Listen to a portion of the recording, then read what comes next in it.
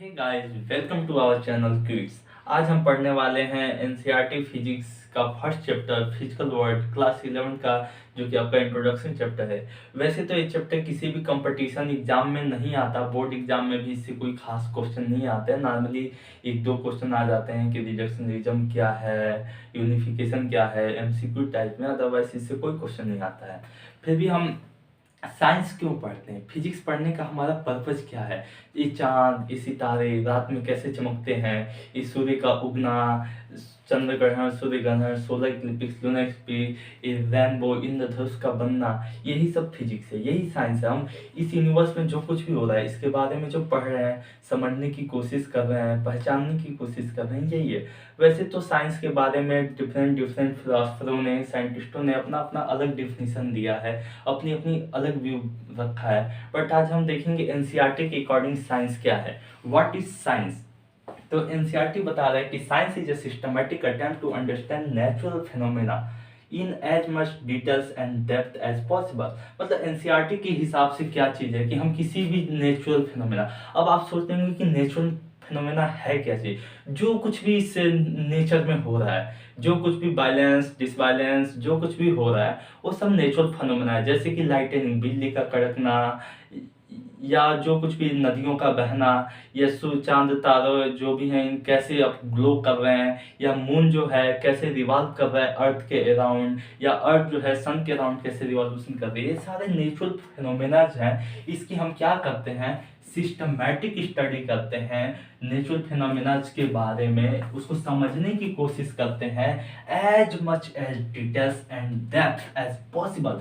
जितना अधिक हम उसमें से नॉलेज निकाल सके, जितना समझ सकें, जिस गहराई तक हम पहुंच सके वहां तक अपनी कोशिश करते हैं। उसके बाद जो भी हमें इसका नॉलेज मिलता है, इस सब स्टडी करने के बाद जो भी हमें नॉलेज प्राप्त होता है, गेन करते हैं, उससे क्या करते हैं, हम प्रिडिक्ट करने की कोशिश करते हैं कि आगे भविष्य में ऐसा क्या हो सकता है, ऐसे हम क्या और भी चीजें बना सकते हैं, क्या इससे और कुछ नई चीजें किया जा सकता है, या उनके में पैटर्न खोजने की हम कोशिश करते हैं कि वो किस पैटर्न में हो रहा है। जैसे कि आपने ग्रेविटेशनल फोर्स में क्या पाया है कि हम ग्रेविटेशनल फोर्स को कैसे F equal to G m1 m2 upon r square कहते हैं। तो एक पैटर्न है कि ये जो ग्रेविटेशन का फार्मूला है, यूनिवर्स में कोई भी ऑब्जेक्ट हो इस पर सेम ही अप्लाई होता है। वैसे हम मॉडिफाई करने की प्रिडिक्ट करते हैं, फिर मॉडिफाई करने की कोशिश करते हैं। यदि हम साइंस से के थ्रू कुछ जान रहे हैं तो उसको मॉडिफाई करने की कोशिश करते हैं। जैसे कि हमने आजकल रेगिस्तान में जैसे कि बारिश नहीं होती, बट आज के टाइम में हम क्या करते हैं, यदि रेगिस्तान के ऊपर से कोई हवा बह रही है तो उसके ऊपर से हम हेलीकॉप्टर्स या जहाज़ों के द्वारा कुछ केमिकल्स कंपाउंड्स कि उसके ऊपर फाउंटेनिंग स्प्रेइंग कराते हैं, तो जिससे वो वाटर ड्रॉपलेट क्या होता है वहीं पे गिर जाता है, जिससे आज के टाइम में रेगिस्तान में भी पानी पाना क्या है, पॉसिबल है। तो हम क्या कर रहे हैं, यहाँ पे नेचुरल फिनोमेना को भी मॉडिफाई कर रहे हैं। जैसे कि डैम है, डैम में हम क्या पानी को रोक के उससे बिजली पैदा कर रहे हैं, उसमें एक नई फिनोमेना को मॉडिफाई करके उसका यूज करना हम चाहते हैं, उससे कुछ ना कुछ हम एनर्जी पैदा करके अपने काम को पूर्ण करना चाहते हैं। उसके बाद कंट्रोल भी करते हैं, हम फिनोमेना को कंट्रोल भी करते हैं। जैसे आज के टाइम में रिसर्चेस तो चल रही हैं अर्थक्वेक, सुनामी, बट आज के टाइम में कुछ ऐसे कि समुद्र के इलाके होते हैं जहाँ पे कुछ बैरियर बनाए जाते हैं, जैसे यूरोप वगैरह की कंट्रीज हैं, ब्रिजेस टाइप में, डैम टाइप में कंस्ट्रक्ट करके रखे हैं, जिससे कि जो समुद्र की वेव्स हैं डायरेक्ट उनकी सिटीज पे अटैक ना करें। तो इससे हमने सीखा एनसीईआरटी के अकॉर्डिंग कि हम कोई भी नेचुरल फिनोमेना के बारे में जितना डिटेल्स में हो सके उतना हम जानने की कोशिश करते हैं, और उसे पाई हुई नॉलेज से प्रिडिक्ट करते हैं, मॉडिफाई करते हैं, कंट्रोल करते हैं नेचुरल फिनोमेना को। और कुछ विद्वानों को हम माने तो जैसे कि विकिपीडिया के अनुसार हम क्या करते हैं, साइंस क्या है, science is a systematic enterprise that's built on our testable experiment, observation and the mathematical modeling। तो हम क्या करते हैं कि कोई ऑब्जर्वेशन करते हैं, एक्सपेरिमेंट करते हैं, फिर उस पर अपना मैथमेटिक्स का मॉडल्स बनाते हैं। इस फॉर्म की स्टडी को भी हम साइंस कहते हैं। हमने आपको स्टार्टिंग में ही बताया था कि डिफरेंट डिफरेंट फिलोसफर्स की अपनी अलग राय होती है। जैसे कि साइंस शब्द को हम माने तो कहाँ से आया है, तो एक लैटिन शब्द है साइंस, जो कि साइंटिया शब्द से लिखना है, जिसका मतलब होता है टू नो, मतलब जानना, किसी भी चीज़ के बारे में जानना समझना। ये कुछ मिलता जुलता है बाकी भाषाओं में, जैसे कि संस्कृत या हिंदी में हम बोलते हैं विज्ञान। विज्ञान का भी मतलब क्या होता है कि एक सिस्टमैटिक नॉलेज, जैसे कि संस्कृत का उसको विपूर्वक जा जा अवबोधने, मतलब a wide variety of the comprehensive and the systematic knowledge is called the science.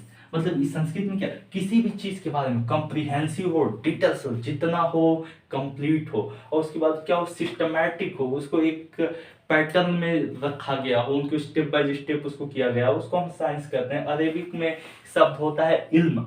इल्म का भी मतलब, वैसे तो इल्म का नॉर्मली मतलब होता है स्किल, आपकी कला क्या है, बट हम इसमें क्या होता है, सिमिलर मीनिंग करता है नॉलेज से, तो इसलिए हम उर्दू में भी इसको, साइंस का मेन पर्पज क्या है, यदि साइंस का लाइफ एक्साइटमेंट समझना होना तो एनसीईआरटी बताता है साइंस की हम स्टडी इसलिए करते हैं एक्सप्लोरिंग करने के लिए। हम जैसे कि ट्रैवलिंग पे जाते हैं, हम घूमते हैं तो नए नए जगहों के बारे में जानते हैं, वैसे हम साइंस के अंदर भी क्या करते हैं, एक्सप्लोरेशन करते हैं, नए नए यूनिवर्स की गुप्त रहस्य सेक्रेट्स के बारे में हम जानने की कोशिश करते हैं। वन, ऐसे ही हम नए नए एक्सपेरिमेंट करते हैं चीज़ों को जानने के लिए। उसके बाद हम प्रिडिक्शन भी करते हैं कि ऐसा क्या हो सकता है। हम मैथमेटिकल मॉडल बनाते हैं, एक्सपेरिमेंट्स करते हैं, एक्सपेरिमेंट डिजाइंस करते हैं। कुछ ऐसी चीज़ें होती है, थ्योरी हर जगह रियल लाइफ में कभी कभी थ्योरी तो लागू तो होती हैं, बट हमें कोई नया डिवाइस बनाना है, नई चीज़ें बनानी है, तो हम उसमें मॉडल का भी ध्यान रखना होता है उसका। अब जैसे एरोप्लेन है तो उसका स्ट्रीमलाइन बॉडी तो होनी चाहिए,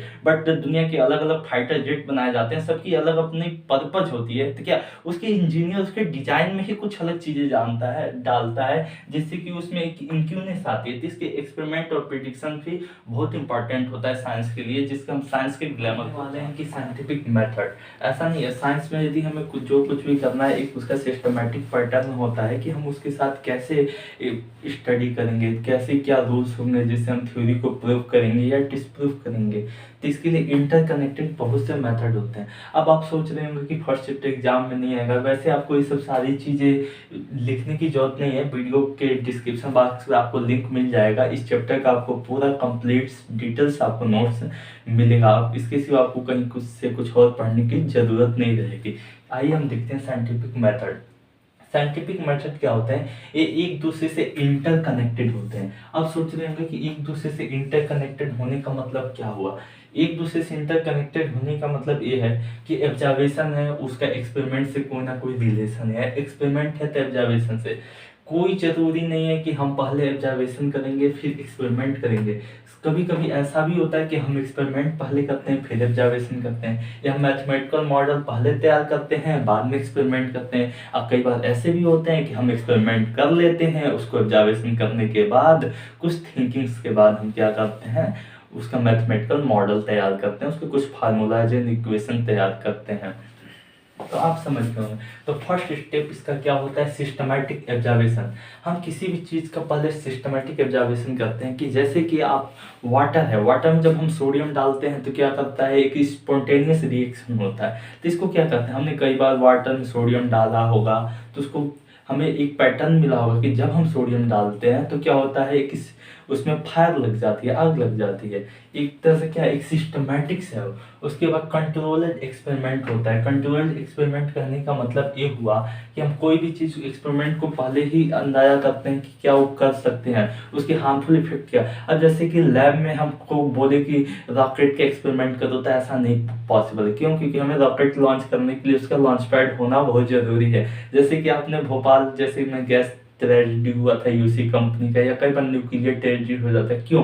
क्योंकि वहाँ पे हम अपने एक्सपेरिमेंट को कंट्रोल नहीं कर पाते हैं, जिसकी वजह से वहाँ पे रॉन्ग चीज़ें इवॉल्व हो जाती हैं, मिस सिस्टम हो जाता है, जिसकी वजह से बहुत से नुकसान होते हैं। ह्यूमन सिविलाइजेशन का भी नुकसान होता है, इकोनॉमिक्स प्रॉपर्टीज़ के भी नुकसान होते हैं।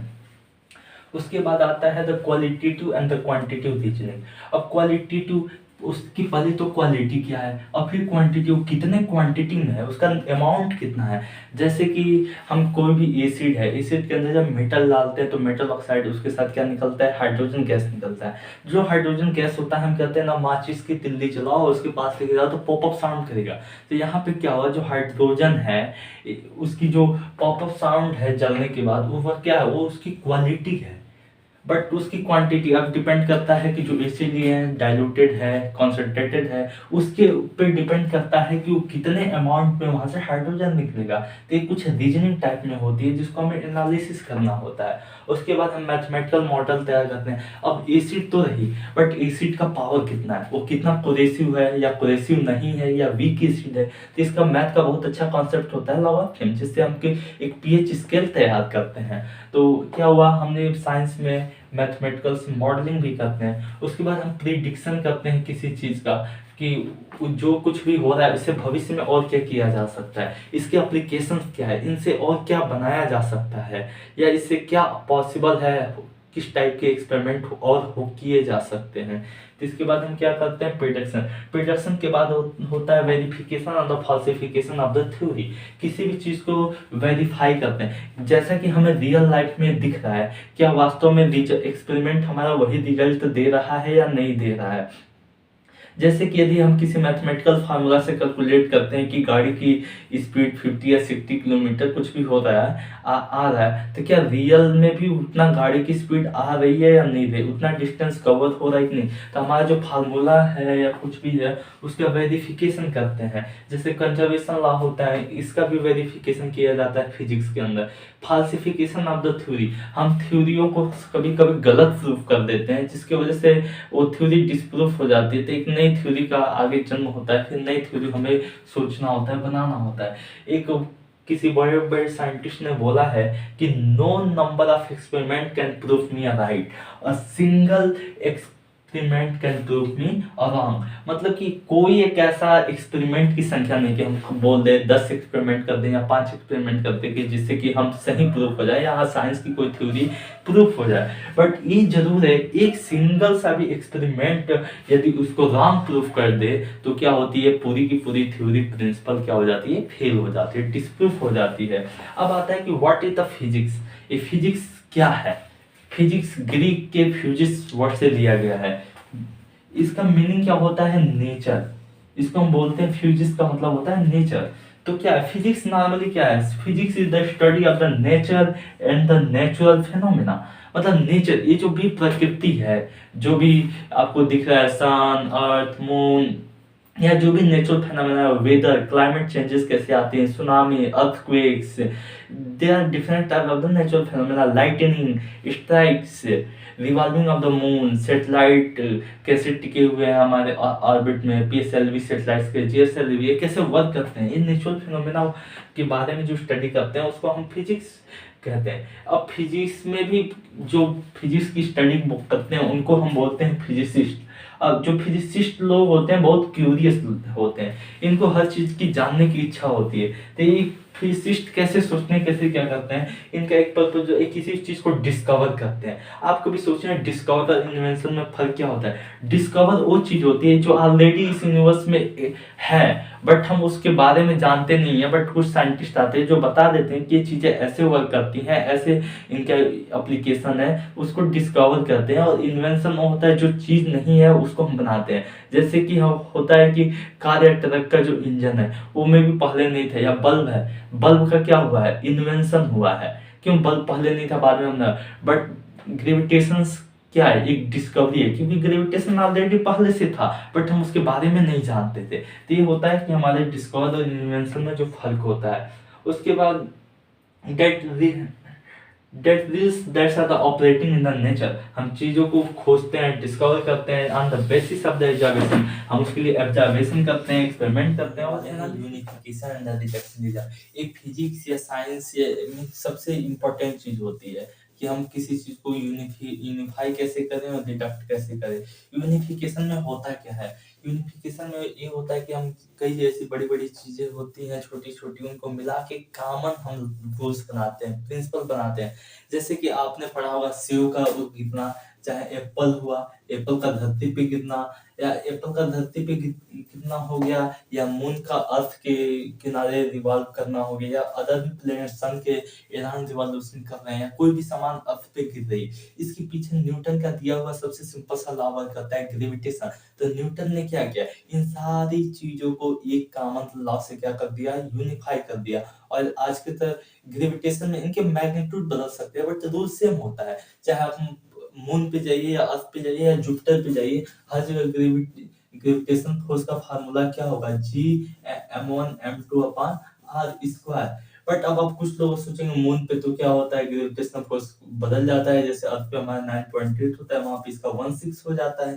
तो ये डिपेंड करता है कि मून का मास कितना है, अदर प्लेनेट्स का मास कितना है, उसके बाद डिस्टेंस कितनी है, बट फार्मूला हर जगह सेम ही होता है।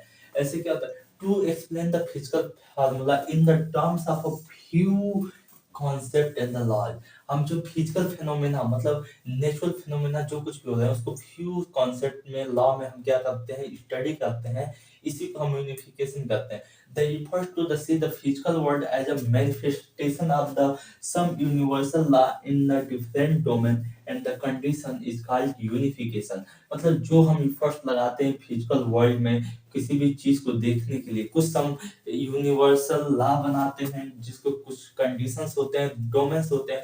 जैसे कि आप क्या देखेंगे कि F equal to G m1 m2 में आज का में कुछ कंडीशंस है। तो कंडीशन क्या है, यहाँ पे ग्रेविटेशनल कांस्टेंट है, जी हो गया, इसमें कंडीशन क्या है, आर इसका क्या होना चाहिए, स्क्वायर पोजीशन में होना चाहिए, इनवर्सली प्रोपोर्शन होता है डिस्टेंस से। तो इसके कुछ कंडीशंस होते हैं और उनके कुछ डोमेन्स होते हैं, कहाँ वर्क करेंगे, कहाँ ये वर्क नहीं करेंगे।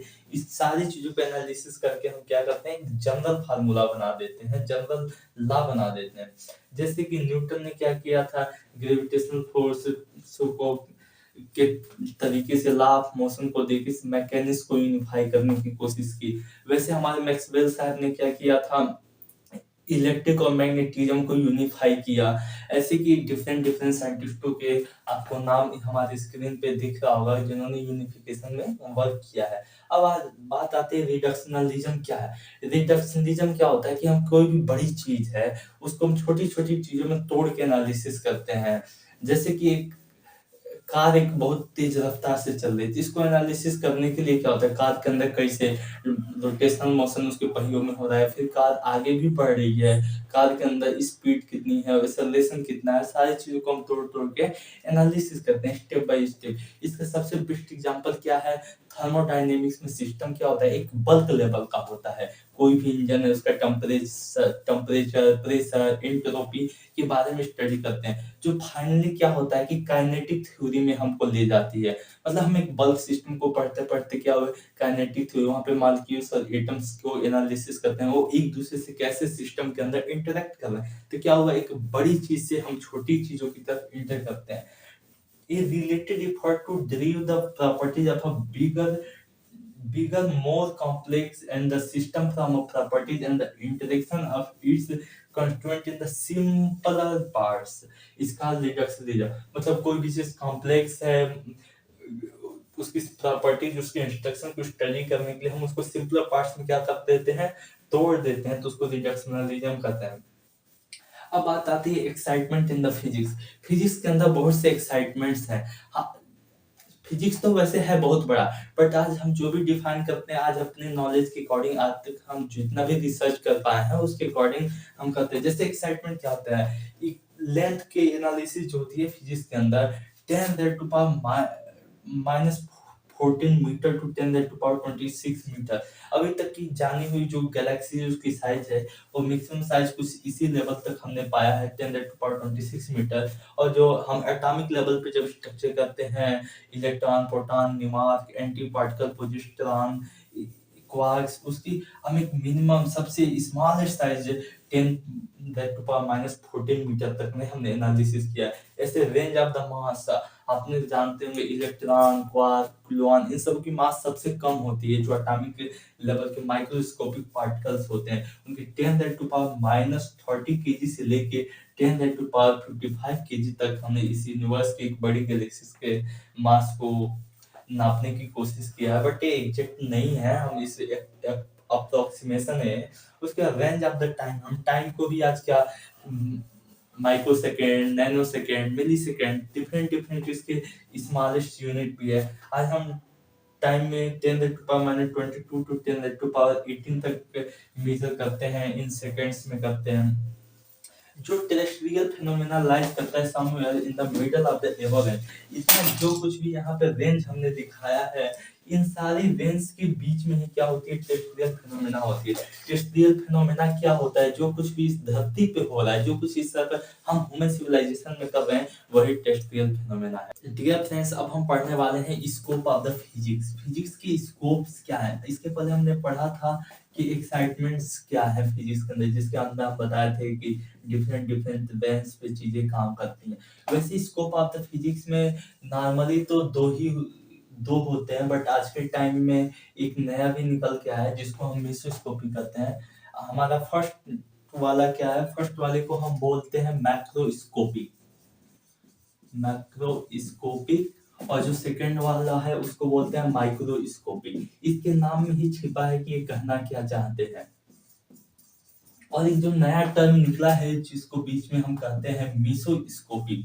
जो मीसोस्कोपिक होता है, ये टेंस या हंड्रेड्स ऑफ द पार्टिकल्स को लेके हम एनालिसिस करते हैं, स्टडी करते हैं। एक नया ब्रांच निकला है फिजिक्स के अंदर, इसमें कुछ group of the particles molecules की स्टडी करते हैं, उसको बोलते हैं मीसोस्कोपिक। मीसोस्कोपिक के बारे में हम बहुत ज्यादा नहीं पढ़ना है, इसलिए इसको हम मिटा देते हैं। अब माइक्रोस्कोपिक का मतलब क्या है, मैक्रो बड़ा, माइक्रो छोटा, मतलब कुछ बड़े लेवल की चीजें जो हमें दिख रही हैं इस यूनिवर्स में, प्लेनेट, सन, अर्थ, व्हीकल्स, रॉकेट, सैटेलाइट्स, कार, इसको हम पढ़ते हैं मैक्रोस्कोपिक। और माइक्रोस्कोपिक जो छोटे पार्टिकल्स हैं, जैसे कि एटम्स, मॉलिक्यूल्स, इलेक्ट्रॉन, प्रोटॉन्स, इसको हम माइक्रोस्कोपी भी में पढ़ते हैं। हम मैक्रोस्कोपी को क्लासिकल भी बोलते हैं, क्लासिकल फिजिक्स भी बोलते हैं। इसको क्लासिकल फिजिक्स हम क्यों बोलते हैं, आपने क्लासिक गाने सुने होंगे, कुछ ओल्ड रोमांटिक सॉन्ग्स आपने सुने होंगे, उदित नारायण और की भी। वैसे क्या फिजिक्स में कुछ चीजें जो लाज पुराने हो चुके हैं, जैसे न्यूटन्स के दिए हुए जो स्टार्टिंग से ला आए हुए हैं जो हिस्ट्री में, उसको हम क्लासिकल फिजिक्स के अंदर पढ़ते हैं। और माइक्रोस्कोपिक को हम क्या बोलते हैं, मॉडर्न फिजिक्स भी बोलते हैं। मॉडर्न फिजिक्स को हम क्वांटम फिजिक्स भी कहते हैं। इसको एक और नाम दिया गया है क्वांटम। इसके नेम में ही छुपा है, इसको हम क्वांटम फिजिक्स क्यों कहते हैं। क्वांटम का मतलब होता है डिस्क्रीट नंबर। क्या होता है, डिस्क्रीट नंबर, मतलब एक स्टेप बाय जो क्वांटम होता है, एक इंटीजरल वैल्यू पे हम स्टडी करते हैं, एक इसमें फिक्स क्वांटिटीज होती हैं, इसलिए हम इसको क्वांटम फिजिक्स भी बोलते हैं। तो हम माइक्रोस्कोपिक क्लासिकल फिजिक्स के भी, इसके भी क्लासिफिकेशन होते हैं, इसके भी 4 क्लासिफिकेशन है। एक होता है मैकेनिज्म के बाद आता है इलेक्ट्रोडायनामिक्स, ऑप्टिक्स, और उसके बाद इलेक्ट्रोमैग्नेटिज्म भी आता है, जिसके अंदर से हम इसका नाम लिख लेते हैं लाइन बाय लाइन। क्या आते हैं, मैकेनिक्स,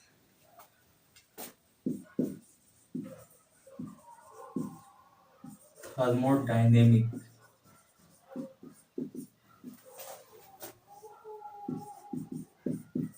इलेक्ट्रोमैग्नेटिज्म, और इसी का एक और ब्रांच आता है ऑप्टिक्स कहते हैं। अब एक एक करके एनालिसिस करते हैं कि हम मैकेनिक्स के अंदर क्या पढ़ते हैं। मैकेनिक्स के अंदर हम नॉर्मली क्या पढ़ते हैं, कार का मोशन हो गया, जैसे कार का मोशन, कार कैसे चलती है हमारी, जो सेटेलाइट्स होते हैं कैसे रिवॉल्यूशन करते हैं, हमारा रॉकेट का कैसे वर्क करता है, इसकी इंजन प्रोपल्शन कैसे करती है, जेट इंजन टर्म भी आते हैं, एनालिसिस करते हैं इसके बारे में, साउंड वेव्स के बारे में, wheels rotation, bending of the rod, motion of the planet, so many things इसके अंदर आ जाती हैं, जिसके बारे में हम एनालिसिस करते हैं। डे एंड नाइट्स के भी जो फेनोमेना है, इसके भी बारे में हम करते हैं। रेक्टिलिनियर मोशन, जितने मतलब मोशन रिलेटेड चीजें एक बर्ड बॉडीज के ऊपर हम क्या करते हैं, मैकेनिक्स के अंदर इसकी स्टडी करते हैं। अब इसको मिटा के हम लिखते हैं, जगह कम है, इसके थर्मोडायनेमिक्स के बारे में इसके बगल में लिख देते हैं।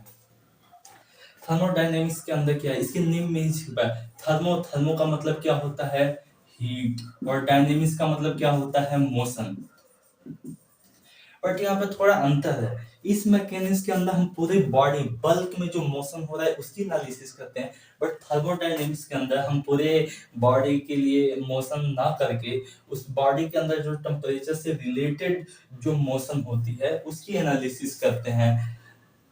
हम इसके अंदर पढ़ेंगे थर्मोडायनेमिक्स के लॉ, आपने पढ़ा होगा, जीरोथ लॉ पढ़ा होगा, first law of thermodynamics, second law of thermodynamics. तो इसके अंदर हम लॉज पढ़ेंगे, इसी के अंदर हम हीट भी पढ़ते हैं। हीट पढ़ने के बाद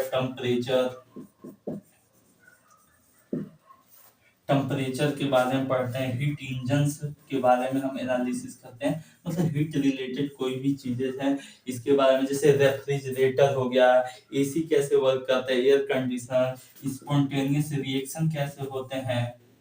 स्पॉन्टेनियस का मतलब समझते हैं क्या होता है? स्पॉन्टेनियस का मतलब ये नहीं कि कोई भी चीज जल्दी हो जाए या रैपिडली हो जाए। स्पॉन्टेनियस का मतलब क्या होता है? जो कोई भी चीज खुद से हो, सेल्फ स्टार्ट हो, उसको कुछ चीज की करने की जरूरत नहीं हो, उसको हम बोलते हैं स्पॉन्टेनियस, ना कि इंस्टेंटेनियस। इंस्टेंटेनियस का मतलब क्या होता है? कोई भी चीज तुरंत हो। स्पॉन्टेनियस का मतलब वो खुद से हो जाए, उसको बोलते हैं। तो थर्मोडायनेमिक्स के अंदर हम ये सब चीजें पढ़ने वाले हैं। अब हम आपको बता दें जो मैक्सिमम है क्लास मैकेनिज्म जो है क्लास 11th के चैप्टर्स हैं, 11th में दिए हुए हैं एनसीईआरटी के अकॉर्डिंग। और जो इलेक्ट्रोमैग्नेटिज्म है एनसीईआरटी के बुक में क्लास 12 और ऑप्टिक्स भी क्लास 12 में दिया गया है। अब इलेक्ट्रोमैग्नेटिक्स में सबसे हमारे फेमस साइंटिस्ट आते हैं मैक्सवेल, इन्हीं की इक्वेशंस की हमें एनालिसिस करनी होती है। सबसे पहले तो हम इसमें पढ़ते हैं चार्ज क्या होता है। चार्ज के बाद हम पढ़ते हैं कि इसमें फील्ड क्या होते हैं, कनेक्ट एसी डीसी करंट्स क्या होते हैं, मैग्नेट क्या होता है, इलेक्ट्रोमैग्नेटिक इंडक्शन क्या होता है, जैसे करंट रिलेटेड जो कुछ भी चीजें होती हैं और मैग्नेट को यूनिफाई करके हम इसमें एनालिसिस करते हैं। उसके बाद ऑप्टिक्स, ऑप्टिक्स का मतलब ही क्या होता है? लाइट रिलेटेड, लाइट रिलेटेड कोई भी चीज है उसके में हम क्या करते हैं? ऑप्टिक्स के अंदर एनालिसिस करते हैं। जैसे कि हो गया हमारा लेंसेस हो गया, टेलीस्कोप हो गया, टेलीस्कोप एंड माइक्रोस्कोप के बारे में भी हम एनालिसिस करते हैं। कैसे रेनबो का फॉर्मेशन कैसे होता है नेचुरल में, सन कैसे ग्लो करता है, इसके बारे में, लाइट्स, इसके पार्टिकल्स कैसे होते हैं। जैसे कि आज के टाइम में ऑप्टिक्स का एक सबसे बड़ी लाइट की वेव है या पार्टिकल्स है, इसके भी बारे में हम डुअलिटी नेचर्स के बारे में पढ़ते हैं। लाइट क्या है, डुअल नेचर शो करता है, इन सब चीजों के बारे में पढ़ते हैं। अब जहाँ तक की बात रही मॉडर्न फिजिक्स की, मॉडर्न फिजिक्स हम नॉर्मली जो फिजिक्स में है क्लास 12th में ही पढ़ेंगे। कुछ थोड़े से इंट्रोडक्शन टाइप में 11th में दिया है बट कुछ खास नहीं है।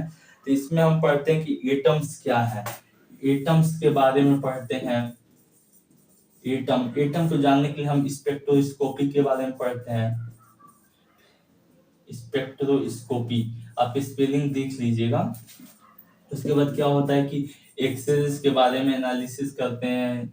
उसके बाद infrared radiation, semiconductors, nucleus, nucleus के बारे में करते हैं। यहीं से हमारे क्या होता है? सेमीकंडक्टर का स्टार्ट होता है। क्वांटम फिजिक्स से ही सेमीकंडक्टर आते हैं। और इलेक्ट्रिक्स टेक्नोलॉजी में क्या होती है? एक रिवॉल्यूशन आती है। आज के टाइम में क्वांटम फिजिक्स बहुत आगे पहुंच चुका है। आज हम बोसॉन, ग्लूऑन, एंटी पार्टिकल्स के भी एनालिसिस करते हैं। इन सब चीजों के बाद हम कुछ फिजिक्स की कुछ थ्योरी जो है उनके बारे में हम डिस्कस करेंगे कि हाइपोथेसिस क्या है, एक्सियम क्या है, या आपने मैथ में पोस्टुलेट्स सुन रखा होगा। मैथ में पोस्टुलेट्स क्या होते हैं? पोस्टुलेट्स हम उनको करते हैं कि ज्योमेट्रिक में जो एविडेंस खुद प्रूफ है उनको प्रूफ करने की कोई आवश्यकता नहीं है। वैसे कि एक होता है हाइपोथेसिस। हाइपोथेसिस, हाइपोथेसिस क्या होता है? हाइपोथेसिस ये होता है कि एक सपोजिशन है, एक क्या है, एक सपोजिशन है जिसको हम मान लेते हैं किसी चीज को without without its proof, proof और ट्रू। बट हमें पता नहीं है कि ये ट्रू है भी या नहीं है, फिर भी हम किसी चीज को मान लेते हैं, तो उसको बोलते हैं हाइपोथेसिस। हम बोलते हैं हाइपोथेसिस के बाद आता है हमारा एक्सियम। एक्सियम आपने मैथ में भी पढ़ा होगा। इस पे तो यूक्लिड्स हमारे एक मैथमेटिशियन ने एक बुक से वही लिखा है। एक्जियम क्या होते हैं? ये सेल्फ इविडेंट स्टेटमेंट होते हैं जो कि ट्रू होते हैं। इनको मैथ में या फिजिक्स में भी ट्रू ही मान लिया जाता है। अब इसके बाद क्या होता है? मॉडल। मॉडल मॉडल उसको कहते हैं, मॉडल एक थ्योरी है, एक कॉन्सेप्ट है जिससे एक्सप्लेन करते हैं किसी भी नेचुरल फिनोमेना को बाय द ऑब्जर्वेशन। हम मॉडल के अंदर क्या करते हैं? मॉडल इज अ थ्योरी, एक यह थ्योरी है जो किससे बनाई जाती है? On the basis of observation, on the basis of observation to explain natural phenomena.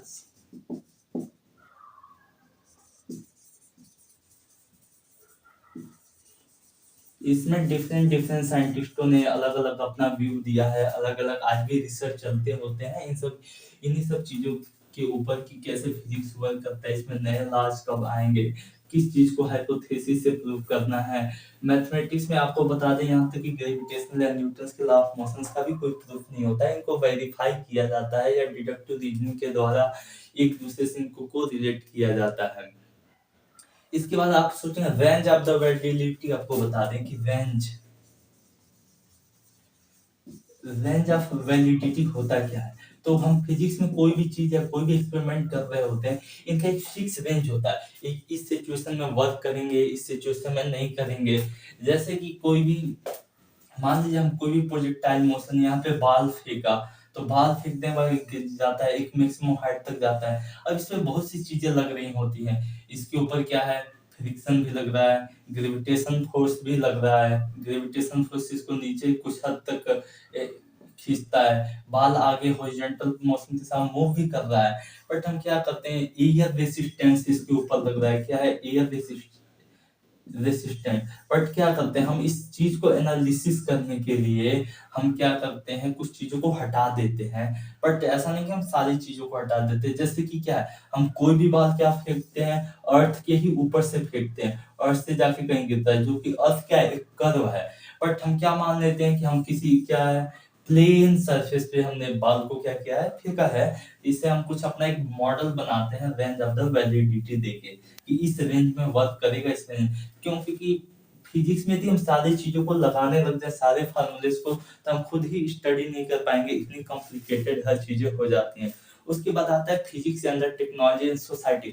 देखिए फिजिक्स क्या है? फिजिक्स नेचुरल चीजों के बारे में हम पढ़ रहे हैं, और नेचुरल चीजों से कभी कभी टेक्नोलॉजीज का जन्म होता है, या कभी टेक्नोलॉजी आने से फिजिक्स के अंदर क्या होती है? नए लॉज आते हैं। ये हमारे सीधे से सीधे सोसाइटी पे इम्पेक्ट करते हैं, हमारे बिहेवियर पे इम्पेक्ट करते हैं। जैसे कि ब्रिटेन में क्या हुआ? इंडस्ट्रियल रिवॉल्यूशन आया, उस टाइम में क्या हुआ? इंजन्स की आविष्कार, स्टीम इंजन है। स्टीम इंजन के आने की वजह से क्या हुआ? एक हमारे फिजिक्स में एक नया ब्रांच जुड़ गया जिसको कहते हैं थर्मोडायनेमिक्स। क्यों? क्योंकि जो इंजन होता है वो पूरी तरह से थर्मो हीट्स के मोशन पे डिपेंड करता है। थर्मोडायनेमिक्स आ गया। अब इसके बाद क्या होता है? समटाइम्स क्या होती है, हमने मैथ में जब क्या हुआ, इलेक्ट्रिक और मैग्नेटिज्म को जब जोड़ दिया, यूनिफाई कर दिया, तो हम यहाँ से जन्म आता है क्या चीज? इलेक्ट्रोमैग्नेटिज्म। इलेक्ट्रोमैग्नेटिज्म, यहाँ से एक और नई टेक्नोलॉजी का जन्म होता है। इस टेक्नोलॉजी को हम कहते क्या है? इस टेक्नोलॉजी को कहते हैं information technology, IT, information technology. अब यही इंफॉर्मेशन टेक्नोलॉजी आज के टाइम में इतने एडवांस लेवल पे पहुंच गई है कि एक और नई टेक्नोलॉजी को बोलते हैं आर्टिफिशियल टेक्नोलॉजी या आर्टिफिशियल इंटेलिजेंस, एआई भी आजकल कहा जा रहा है। इन सब चीजों को क्या करते हैं? हम इंटीग्रेट करते हैं। तो हमने क्या पाया? कभी कभी फिजिक्स में कुछ नई डिस्कवरी होने की वजह से हम कुछ नए इंस्ट्रूमेंट बना पाते हैं, कुछ नए डिजाइन्स कर पाते हैं, और कभी कभी हम कुछ नए डिवाइस के इन्वेंशन के बाद फिजिक्स में नए लॉ बना पाते हैं। ये रहा हमारा फिजिक्स कैसे सोसाइटी पे। यदि बल्ब ही है तो बल्ब जल रहा है, तो इससे क्या होता है? हमारे लाइफ आज के टाइम में रात में भी उजाले होते हैं, जिसकी वजह से हम रात में भी अपनी ऑफिस चला पाते हैं, रन कर पाते हैं।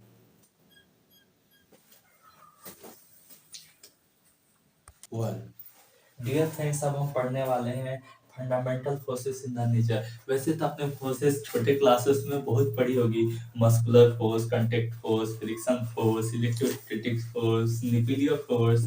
बट ये जितने भी फोर्सेस है ना, ये सारे चार फोर्सेस के ही बीच में आती है, इन्हीं के अंदर आती हैं। वो है gravitational force, electromagnetic force, strong nuclear force और द वीक न्यूक्लियर फोर्स। इन्हीं चारों के अंदर इस अभी तक जो भी हम इस यूनिवर्स में फोर्सेस जानते हैं या हमें पता है, वो इन्हीं के अंदर आती है। अब कैसे इसके अंदर आती है, कैसे इसको क्लासिफाई, एक एक कॉम्प्लेक्स प्रोसेस होता है जिसको आप हायर क्लासेस में स्टडी करेंगे। बट प्रेजेंट टाइम हमें क्या होता है कि इतना ही पढ़ना है कि ग्रेविटेशनल फोर्स क्या होता है। एक ग्रेविटेशनल फोर्स एक अट्रैक्टिव फोर्स होता है। ये किसी भी दो ऑब्जेक्ट्स के बीच में काम करता है। ये किसी भी चीज को एक दूसरे को क्या करता है, अट्रैक्ट करने की काम करता है। ये एक दूसरे को अट्रैक्ट करते हैं। जैसे कि हमारा सन है, सन के किनारे हम क्या कर रहे हैं, जो अपना अर्थ है ये रोटेशन कर रहा है। ये रोटेशन कर रहा है तो क्या सन के वो ग्रेविटेटिंग फोर्स इसको खींचने का और अर्थ इसको खींचने का काम कर रहा है। एक दूसरे को इसलिए क्या कर रहे हैं, ये बैलेंस करने का काम कर रहे हैं। अब इसकी रेंज की बात करें तो जो ग्रेविटेशनल फोर्स का जो रेंज होता है, ये लॉन्ग रेंज पे भी काम करता है। मतलब इसका रेंज क्या है, इनफाइनाइट आप समझिए, इनफाइनाइट। इसकी जो रेंज है इनफाइनाइट्स है। ये जो सबसे वीकेस्ट फोर्स होता है, जो ग्रेविटेशनल फोर्स होता है, सबसे वीकेस्ट फोर्स है। ये ऑलवेज क्या होता है, अट्रैक्टिव इन नेचर। ये हमेशा अट्रैक्टिव होता है। ये फंडामेंटल फोर्सेस में से सबसे वीकेस्ट फोर्स यही है।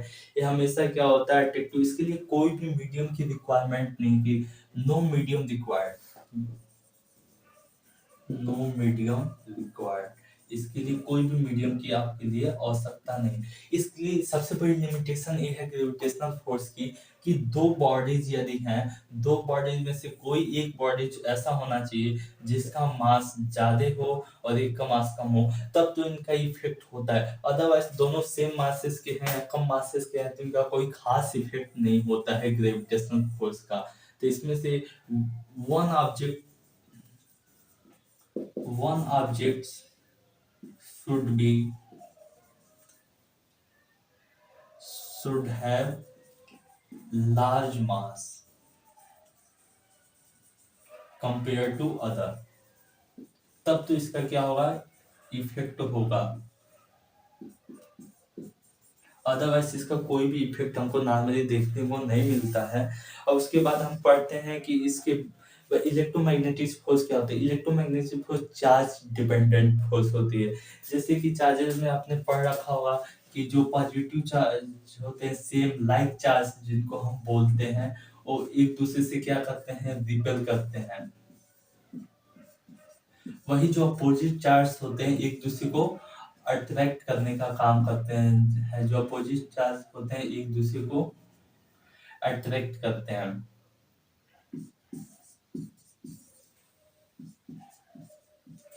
उसके बाद क्या होता है, ये भी just like a gravitational force, इसकी भी जो रेंज वैलिडिटी है इनफाइनाइट है, इनफाइनाइट्स होती है। बट ये क्या होता है, इलेक्ट्रिक ग्रेविटेशनल फोर्स से थोड़ा ये स्ट्रॉन्ग फोर्स है। इसकी रेंज भी ज्यादा होती है। इसके लिए भी कोई मीडियम की रिक्वायरमेंट्स नहीं होती है, नो मीडियम रिक्वायर्ड एक्ट करने के लिए। स्ट्रॉन्ग न्यूक्लियर फोर्स के बारे में पढ़ेंगे। स्ट्रॉन्ग न्यूक्लियर फोर्स के बारे में डिस्कवरी कैसे होती है। हम सोचते हैं कि जो एटम है, एटम स्टेबल कैसे है, उसके अंदर जो कि प्रोटॉन है, प्रोटॉन में जो कि रिपल्स होना चाहिए, फिर भी हमारा एटम। तो हमें रियलाइज होता है कि कोई एक तो एक ऐसा फोर्स है जो चार्ज पे डिपेंड्स नहीं करता है। ऑलरेडी तो हमने पढ़ ही रखा है कि like charge are the repel, unlike charge are the attract each other. तो हमने यहीं से एक इन्वेंशन होती है कि मतलब जो प्रोटॉन में कुछ ऐसा चार्ज है जो क्या है, चार्ज इंडिपेंडेंट है। मतलब ऐसा चीज जो क्या है, चार्ज इंडिपेंडेंट, जो चार्ज पे डिपेंड नहीं करता है, इंडिपेंडेंट। तो यहाँ से क्या आती है, मतलब जो प्रोटॉन है, प्रोटॉन को भी अट्रैक्ट कर रहा है, न्यूट्रॉन न्यूट्रॉन को अट्रैक्ट कर रहा है। ऐसी कोई ना कोई तो फोर्स है। जिसका नाम हमने क्या दिया, स्ट्रॉन्ग न्यूक्लियर फोर्स। ये इलेक्ट्रोमैग्नेटिक और ग्रेविटेशन फोर्स की जैसे इसकी जो रेंज है इनफाइनाइट नहीं है, एक एक फिक्स रेंज में काम करता है, जिसका एक लिमिट है 10⁻⁻15 मीटर। स्ट्रॉन्ग न्यूक्लियस क्या करता है, एटम को स्टेबल रखता है। इसका एक मीडिएटिंग पार्टिकल है जो इसको मीडिएट करके रखता है, जिसको बोलते हैं हम ग्लूऑन। ग्लूऑन ग्लूऑन एक एनसीईआरटी की बुक पे कवर में भी दे रखा है। ग्लूऑन का जो फोटो है, इसके हाईएस्ट लेवल पे स्टडी करते हैं। इसका क्या होता है, मीडिएटिंग पार्टिकल्स है। जैसे कि ग्रेविटेशन का मीडिएटिंग पार्टिकल्स क्या होता है, ग्रेविटॉन होता है। इसका हम यहाँ बताना आपको भूल गया था, ग्रेविटॉन होता है। और इलेक्ट्रोमैग्नेटिक का मीडिएटिंग पार्टिकल्स को हम फोटॉन कहते हैं, फोटॉन कहते हैं। और वीक न्यूक्लियर फोर्स होता है, इसका जो मीडिएटिंग पार्टिकल्स होता है, हम इसको बोसॉन कहते हैं। जो वीक न्यूक्लियर फोर्स होता है, इसकी जो रेंज होती है 10⁻⁻16 मीटर। नाम तो भले इसका वीक न्यूक्लियर फोर्स होता है, बट ये क्या है, ग्रेविटेशन फोर्स से स्ट्रॉन्ग होता है। बट इसकी रेंज क्या होती है न्यूक्लियर लेवल पे, इसलिए इसका नाम कुछ इस तरह कर दिया गया है। जो वीक न्यूक्लियर फोर्स होता है, ये बीटा डिके रेडिएटिव इमिशन जब होती है उस टाइम इस ये आता है। वैसे नॉर्मली इसका कोई बहुत ज्यादा इफेक्ट नहीं होता, बट जब हम रेडियोएक्टिव एलिमेंट्स की प्रॉपर्टी की स्टडी करते हैं, उस टाइम बीटा डिके होने पे आता है। जैसे कि पार्टिकल्स होती है, तो एक न्यूट्रॉन निकलता है रिएक्शन में, और एक पार्ट अनचार्जेड पार्टिकल्स निकलता है, जिसको हम क्या बोलते हैं, एंटी न्यूट्रॉन भी बोलते हैं, एंटी न्यूट्रॉन कहा जाता है। ये रहा हमारा वीक न्यूक्लियर फोर्स। यदि हम एक दूसरे इन सारे की कंपैरिजन करें, तो सबसे स्ट्रॉन्गेस्ट जो फोर्स होता है, स्ट्रॉन्ग न्यूक्लियर फोर्स होता है। उसके बाद इलेक्ट्रोमैग्नेटिक फोर्स होता है। फिर वीक न्यूक्लियर फोर्स, सबसे वीकेस्ट फोर्स ग्रेविटेशनल फोर्स।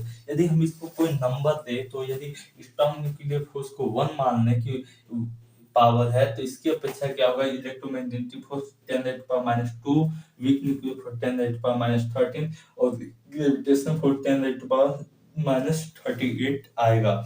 मतलब इस तरीके से हमने देखा कि फंडामेंटल फोर्सेस कैसे फिजिक्स में वर्क करते हैं, इन्हीं से सारी चीजें होती है। अब इसके बाद हमें पढ़ना होता है कि तो nature of the physical law, physical laws के नेचर क्या होते हैं।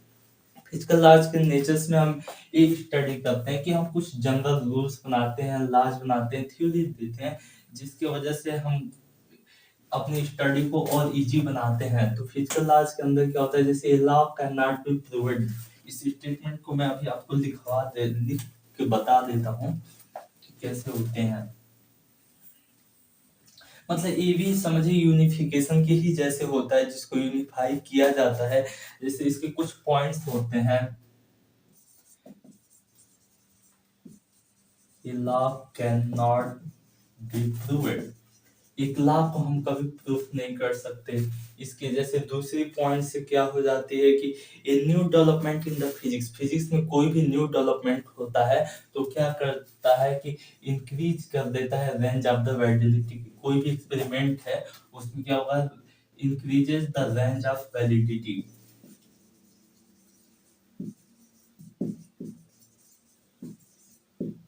वैलिडिटी ये कब इंक्रीज होगा, जब इसमें कोई भी नई इन्वेंशन आती है, नई डिस्कवरी होती है, या कोई नई थ्योरी आती है जो इस पे फिट बैठती है, तो वहां से क्या होता है, हमारी रेंज ऑफ द वैलिडिटी और बढ़ जाता है। इसके बाद आता है कि the exist in the simple form. और जो हमारी थ्योरी होनी चाहिए, एक सिंपल फॉर्म में होना चाहिए, बहुत ज्यादा कॉम्प्लिकेटेड नहीं होता है। ये हमारे कुछ लॉज होते हैं फिजिक्स के, सिंपल फॉर्म में होना चाहिए। अब इसके बाद पढ़ते हैं conservation law of in the physics. Physics में कंजर्वेशन लॉ क्या होता है, जैसे आपने सुना होगा conservation law of mass, conservation law of energy. ऐसे सो मेनी फिजिक्स के अंदर कॉन्सेप्ट आते हैं। पहले तो आपको समझना होगा कि कंजर्वेट क्वांटिटीज क्या होती है। सबसे पहले आपको क्या समझना होगा, कंजर्वेट क्वांटिटीज। कंजर्वेंट क्वांटिटीज हम उनको कहते हैं, जैसे फिजिक्स के अंदर कुछ ऐसी क्वांटिटीज होती हैं जो हमेशा क्या होती हैं, कंजर्व होती हैं। कंजर्व होती हैं, कंजर्व करने का मतलब वो हमेशा कांस्टेंट होती हैं। कांस्टेंट होता है। तो जो क्वांटिटी हमेशा कांस्टेंट होती हैं उसको हम बोलते हैं कंजर्वेट क्वांटिटी। और जब हम कभी क्या होता है कंजर्वेट क्वांटिटीज के प्रोसेस के रिलेटेड जब स्टडी करते हैं, study related to to process of conserve quantities is called